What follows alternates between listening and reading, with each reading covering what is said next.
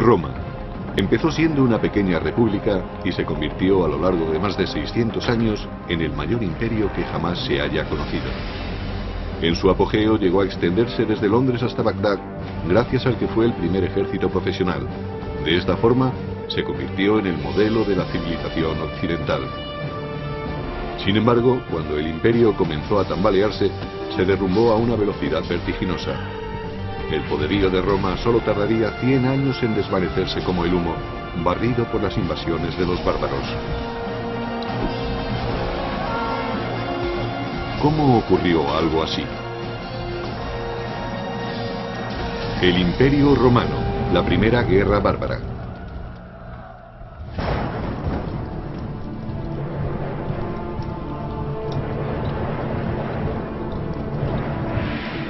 Estamos a finales del siglo II a.C., 100 años antes de la crucifixión de Jesús, una década antes del nacimiento de Julio César. Roma se enfrenta a una transición que cambiará su destino para siempre. Se avecinan tiempos de conquista. Roma había estado expandiéndose con éxito por tierras extranjeras durante alrededor de 150 años. Había derrotado a Cartago en África, su gran enemigo mediterráneo, y empezaba a extenderse por el norte hasta España, aunque estas conquistas resultaron difíciles de mantener. Pero mientras Roma conquistaba un lugar en el mundo mediante brutales campañas, la República se enfrentaba a un cataclismo que forzaría a los romanos a cambiar el sistema senatorial por la dictadura absoluta de un emperador.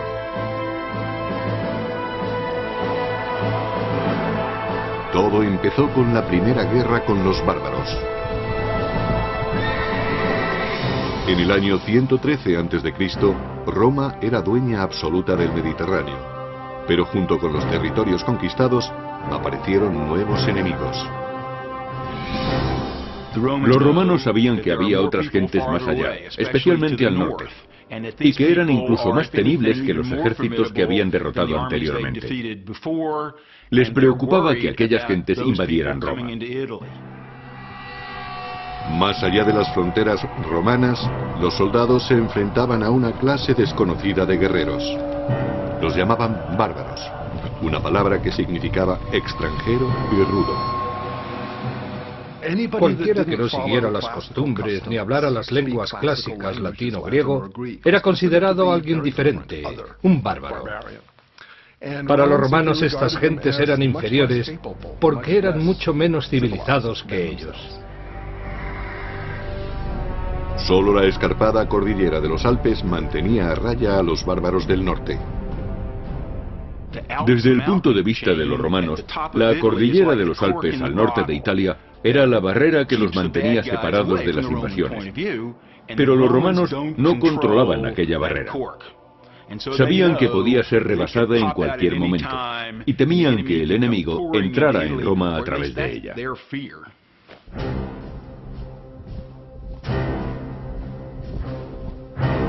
El ejército de Roma hacía guardia contra la amenaza de los bárbaros.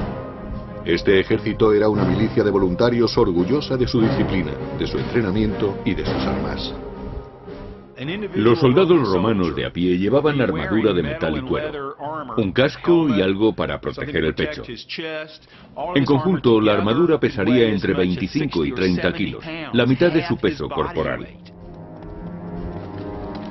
El peso de las conquistas de Roma descansaba sobre los hombros de guerreros endurecidos en combate. Pero en la capital, eran los miembros del gobierno los que recolectaban los beneficios. Roma todavía no era un imperio, sino una república dirigida por el Senado. En la cima política había 2 cónsules electos. Eran los cargos civiles y militares más altos y con mayor poder de Roma. Por encima de todo estaba la dirección del ejército. La seguridad nacional era lo primero. Pero debido a su alta posición, los cónsules ostentaban también un papel muy importante en la política y en la legislación. A pesar de que la República Romana se regía por ideales democráticos, los hombres no nacían iguales. A pesar de que los soldados ganaran numerosas batallas para Roma, jamás podrían aspirar a ser cónsules. El más alto cargo del Estado estaba reservado a familias importantes, como la de Gnaeus Papirius Carbo. Un número muy reducido de familias dominaba las elecciones a cónsul, debido a que en Roma se creía que eran imprescindibles los honores que provenían directamente de personas distinguidas de la sociedad. Al expandirse Roma, los honores dejaron de basarse en el mérito para hacerlo en el dinero. Lo que ocurrió fue que conforme Roma iba conquistando más territorios, más riquezas había en las ciudades del imperio. Y las riquezas, ligadas al poder, corrompían a ciudadanos y aristócratas por igual. Según se conseguía más poder con las riquezas, más atractivas eran estas para la sociedad romana y más peso tenían en la política. Gracias a su fortuna, Carbo pudo comprarse el puesto de cónsul. El sistema electoral en Roma, a finales de la República, era extremadamente corrupto. Había personas que otorgaban toda clase de prebendas, hacían regalos o simplemente pagaban para conseguir votos. Pero al norte de Europa, una peligrosa tribu desconocida hasta entonces, la de los cimbrios, avanzaba desde sus poblados hacia territorio romano. Sin ningún atisbo de civilización, los cimbrios infundían terror, según relata el antiguo historiador y biógrafo Plutarco. Se creía que eran tribus germánicas, debido a su gran estatura y al color azul claro de los ojos. Además, su nombre, cimbrios, es el término germánico para saqueadores. Conducidas por un gran líder, Boirix, sus hordas dejaban un rastro de destrucción allá por donde pasaban. Eran gentes características de la Edad de Hierro. Todavía hoy no se sabe exactamente qué es lo que buscaban. Quizá quisieran apoderarse de provincias que se habían hecho ricas comerciando con Roma. Es posible que solo buscaran la fortuna de las tierras próximas al Mediterráneo. Los cimbrios no eran los únicos a los que atrajo la creciente riqueza de Roma. Más hacia el sur, otras dos tribus bárbaras se unieron a ellos, los teutones y los ambrones. Los ejércitos bárbaros combinados se dirigieron directamente a territorio romano a través de un paso alpino, solo guardado por los habitantes de Noricum o Nórica.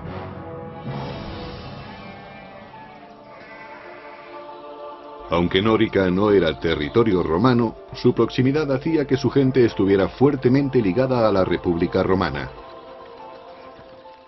Nórica era una región situada en el territorio que ocupa la Austria moderna. Los romanos llamaban a sus habitantes Norici debido al nombre de la región, Noricum. Los Norici controlaban los pasos alpinos. Los romanos comerciaban también con los Noirici, pues tenían fama por su habilidad en el trabajo de los metales preciosos y del hierro. La riqueza de los Norici se basaba fundamentalmente en materias primas tales como oro, plata y sal. La minería de la sal era muy importante en los Alpes. Los romanos necesitaban grandes cantidades de sal para usarla como conservante y requerían ese conservante permanentemente. Los pueblos de Nórica eran una tentación irresistible para los despiadados guerreros cimbrios. No les faltaban armas, por lo que podían iniciar un saqueo en cualquier momento. En el segundo y primer siglo antes de Cristo, los cimbrios tenían espadas, lanzas y escudos. Los cascos eran muy raros, pero estaban equipados con un armamento muy efectivo. Pero los bárbaros ansiaban algo más que las riquezas de los habitantes de Nórica. Los bárbaros del norte emigraban para conquistar nuevas tierras. Su objetivo no era simplemente realizar una incursión y marcharse. Querían vivir cerca de Roma. Los artesanos de Nórica no tenían ninguna posibilidad contra los guerreros del norte.